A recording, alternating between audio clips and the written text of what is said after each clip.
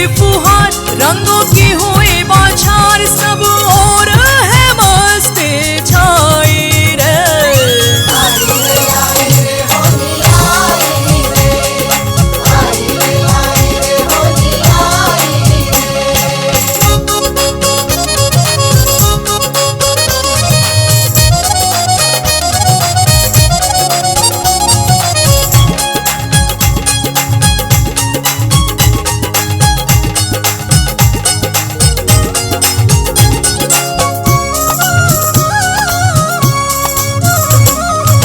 रंग बिरंगे रंगों से सजी है आज देखो रंगोली, ओ सारे मिल के खेल रहे हैं बड़े प्यार से होली। रंग बिरंगे रंगों से सजी है आज देखो रंगोली, ओ सारे मिल के खेल रहे हैं बड़े प्यार से होली। बहरे शीतल बयार, रंगों की हुई बौछार, बहरे शीतल बयार, रंगों की हुई बौछार, सब और है मस्ती छाई रे। आई रे होली आई रे, आई रे होली आई रे।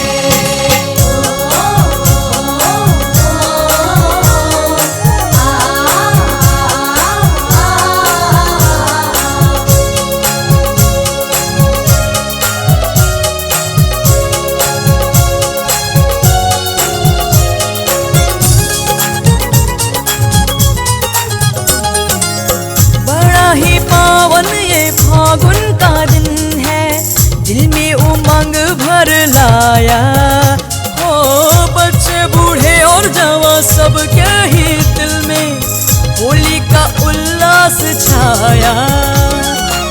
बड़ा ही पावन ये फागुन का दिन है, दिल में उमंग भर लाया, हो बच्चे बूढ़े और जवां सबके ही दिल में होली का उल्लास छाया।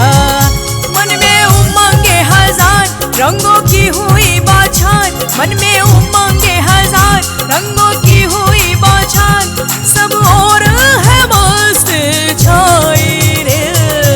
आई रे होली आई रे, आई रे होली आई रे।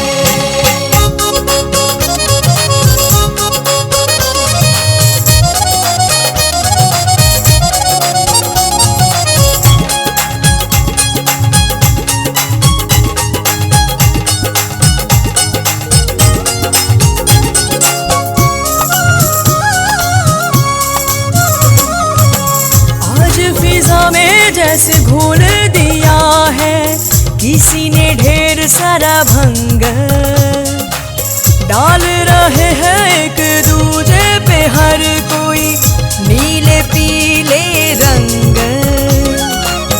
आज फिजा में जैसे घोल